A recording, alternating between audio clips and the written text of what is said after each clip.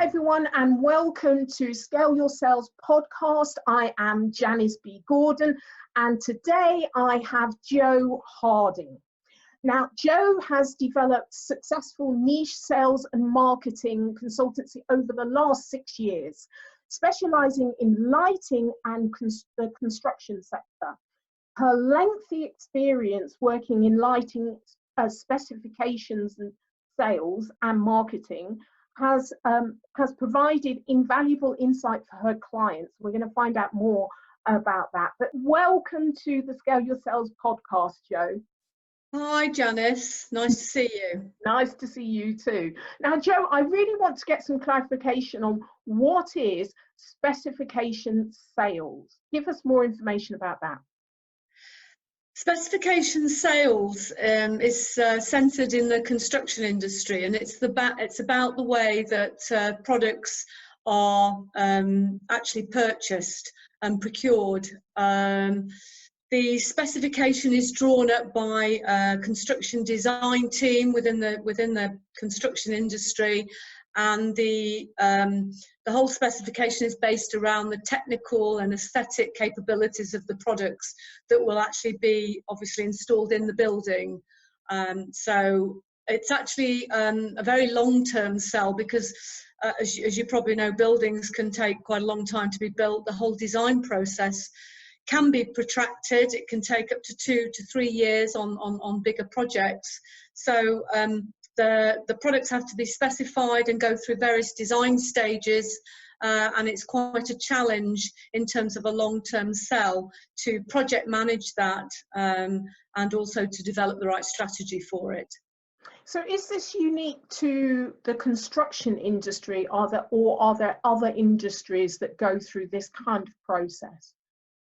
As far as I'm aware, specification sales is particular to the construction industry. I'm not aware of other industries. That's not my speciality, if you like, but it certainly would be wrapped up within that sort of B2B long-term sell, which includes developing longer-term relationships. Excellent. So I know that you're very much a specialist in this area. How did you get involved in specification sales? Well, probably like quite a lot of people, I fell into it. Started off doing a degree in French, nothing to do with construction sales, and then got into European sales and got into lighting, as I say, accidentally really, working for a lighting company selling in Europe. And then my job after that was actually specification sales for a German-based lighting company. And I moved on from there, and that's been my bag for the last sort of 25 years. So as you know, Joe, that I have the Scale Your Sales format, but I'm really interested in your view on the relationship between buyers and sellers and what you have seen in your industry that has changed. What I've seen in my industry that's changed, and I would say specifically in the last, say, 10 years, is that business has become more challenging, or if you like, specification selling has become more challenging. It's become, to actually win business is more difficult. Previously, you were able to sell or influence one of the what we would call specifiers, and that might be an architect or a lighting designer within the construction industry, or possibly even the end user or client themselves. In the current climate, and for quite a few years now, the company or the sales company or the salesperson really needs to develop a good sales strategy and go out to influence more people on that project, or that project or building, if you like, and really influence almost the whole team, certainly on larger projects. It's a little bit like a chess game. It's about finding out exactly what's going on, who's got the power, who's got the influence, and even what type of contract it is. There's different contract types when a building's being built, and that's all down to the liability of the design, who has the design liability. So this is quite a complex process. and it involves lots of additional skills outside of just pure sales. So very interesting, but certainly has changed. And It seems from I what think you're saying, a lot of those changes in terms of building the relationships, really understanding who are the influencers and doing your research seems to be quite common across all industries. But what's different is the technical detail that you need in the proposal documents. You know, that seems to be quite uniquely different. Would you say that that's true? yes, definitely. Yeah, it involves, as I say, it involves a lot of strategy, and it's quite easy to waste time going down the wrong route if you haven't defined exactly what's going on in simple layman's terms. So there's also a lot of, I think, emotional intelligence required of the sales teams involved, because there can be a lot of politics.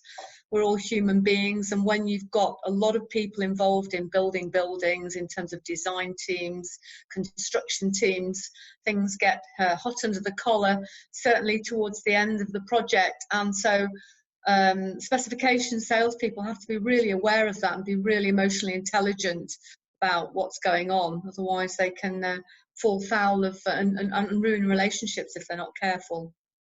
That's really interesting.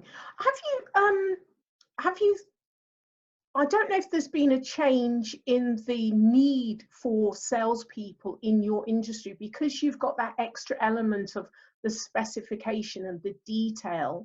I wonder if you've seen that actually that has embedded in the need for physical salespeople. You can't just get those things on the website. It's so much more bespoke and detailed that having the relationship with the salesperson is even more important.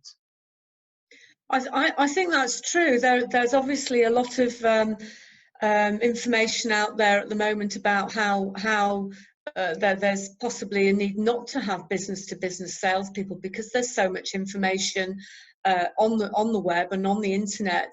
But I was reading quite an interesting blog recently that was saying that if you like, information is not knowledge, and that's quite an interesting thing, because that's a massive trend, I think, really, that we all, even as consumers, can get hold of a massive amount of information, but we can't necessarily use it without the right guidance. And that's certainly true in the industry that I've been involved in the construction industry, because specifiers and buyers can get a lot of information about products and services, but they need to get, if you like, real world knowledge from salespeople, and that's also about solving their problems. And they work at such a pace now. They're always trying to speed up these construction processes, that they need the right information at the right time, or if you like, the right knowledge at the right time. So salespeople are definitely still very much required, but they have to be really good. They've got to be real professionals, because I think, you know, we know that very, very hard, pushy salespeople now, it's bad practice, and there's a lot of people out there who don't like to be actively sold to in a pushy way, and that's certainly true within the specification sales industry. So there is definitely a need for salespeople. So is the specification sales supplier having to adapt and change in order to make sure that their salespeople are better equipped to deal with the level of detail, the speed of change? So if you've seen kind of up the value chain in the suppliers that there's been changes there, and if so, what are they? I think the changes are better equipment, quicker access to information on customers, going out with excellent presentation tools and sales and marketing collateral, iPads for having all of that information there to hand for doing top presentations. the speed of requirement for service is very immediate, like I think in most industries, so people expect answers and accurate answers very, very quickly. There's also, obviously, with a lot of what you're doing, Janice, there's also now a big trend to use social media and to get in contact with people. I think it's important that salespeople use it in the proper way, and there needs to be guidance from the suppliers, their companies, to make sure that they use it in a strategic way. Because again, I think if you use it incorrectly, that again can cause problems. So yes, it's all sort of very digital, but the long-term relationship, the emotional intelligence needed to develop that is still, I would say, a top requirement. And as with a lot of business-to-business sales, actually getting meetings, face-to-face meetings with customers is still priority, although people are time poor. Mm-hmm.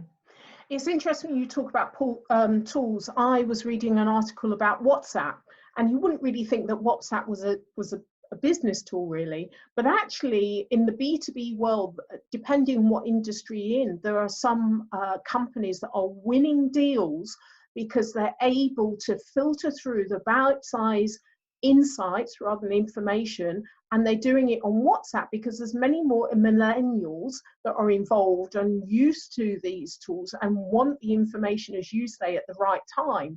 So it's actually changing the way that you, or changing the channels that you use and the types of information that you can kind of push down quickly so that the buyers and the specifiers can make decisions really quickly. So it's actually understanding those changes and what the drivers are.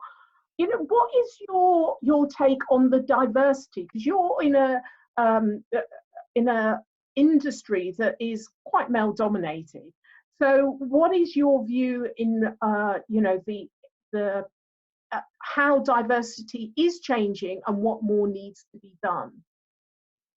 It's definitely changed since my sort of long tenureship in lighting. When I started off, it was extremely male dominated. In both the designer side, there are a few women in interior design and architectural practices and lighting design practices, but in building services and in the contractor, very much all men. It's definitely changed. There's a lot of initiatives for diversity in construction, women in construction, women in lighting. Also, there's various research being done by RIBA, which is the Royal Institute for British Architects, about encouraging women and obviously equal pay. Yeah, lots of initiatives, and you can see that landscape has changed. There's a lot of encouragement to get women into engineering, which is part of construction as well. So it's all positive stuff, but I think there's still, like in a lot of other industries, a way to go. So, Joe, if you're on a desert island on your own, what would be the one thing you would take with you? Okay. And I know that you can do all the construction and lighting designs and all of that out of nothing, but what would be the one thing? Well, it's probably not the most intellectual answer, but being totally honest, I'd take my dog, Millie. She's a wonderful company, Millie. Yeah. She actually is a very talkative dog, very vocal. So she'd have to be my companion on the desert island. Oh, that's wonderful. Thank you so much. Lastly, how can people contact you? People can contact me on LinkedIn, Harding Consult, or they can contact me by email, and that's joanne.harding@hardingconsult.co.uk. Excellent. Thank you, Joe, for being a guest on Scale Your Sales podcast. Oh, thanks, Janice, for inviting me. It was lovely. I enjoyed it. Thank you.